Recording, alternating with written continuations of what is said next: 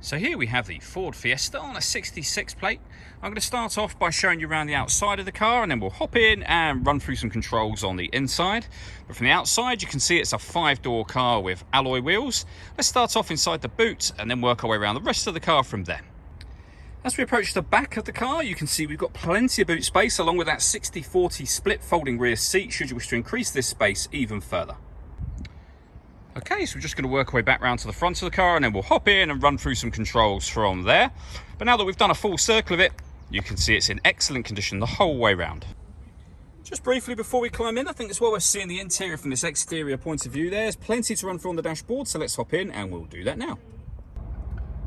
Okay, now that we're inside the car, we're going to start with the dials. On the left-hand side, we have the rev counter, and on the right-hand side, the speedometer. In the middle at the bottom, we have the fuel gauge, and above that, you can see the total miles of this car, which are 35,801.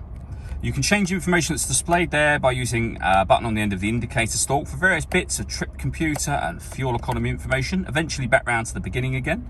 If we back out to the steering wheel, we have stereo controls on this left-hand side here, including voice activation for your phone in the center of that section. You won't be able to do that until you pair the phone up, of course, and that is done using the buttons here and the screen that's directly above it. At the moment, we're on the radio menu. You can see this car's got FM, DAB, and it also has AM as well. If you want to listen to your own music, you can do that via the CD player. This car's also got USB input, and once you pair your phone, you'll be able to stream your music wirelessly via Bluetooth audio as well. All of which, as I say, is done with these buttons. You have the main volume for the stereo just there. You can see the CD player at the top of that unit. We then have the deadlocks, so you can lock the car doors from the outside just there, and hitting that phone button will enable you to pair your phone. You can see the information up on the screen now. Working our way down, we have the air conditioning, so you can adjust the fan speed, the direction of the air, and the temperature. That button turns your air conditioning off in this case, or back on again.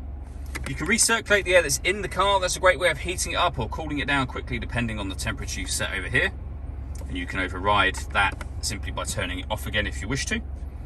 This car's got stop and start, which means it's able to cut out in traffic to save you fuel. That button turns that system off. We then have a 5-speed manual gearbox, a 12-volt charging socket, and the USB input I mentioned a moment ago. All that leaves me to say is thank you for taking the time to watch this video. If you'd like to come and see the car in person and have a test drive, please feel free to give us a call here at Glenbourne's. We'd love to hear from you soon.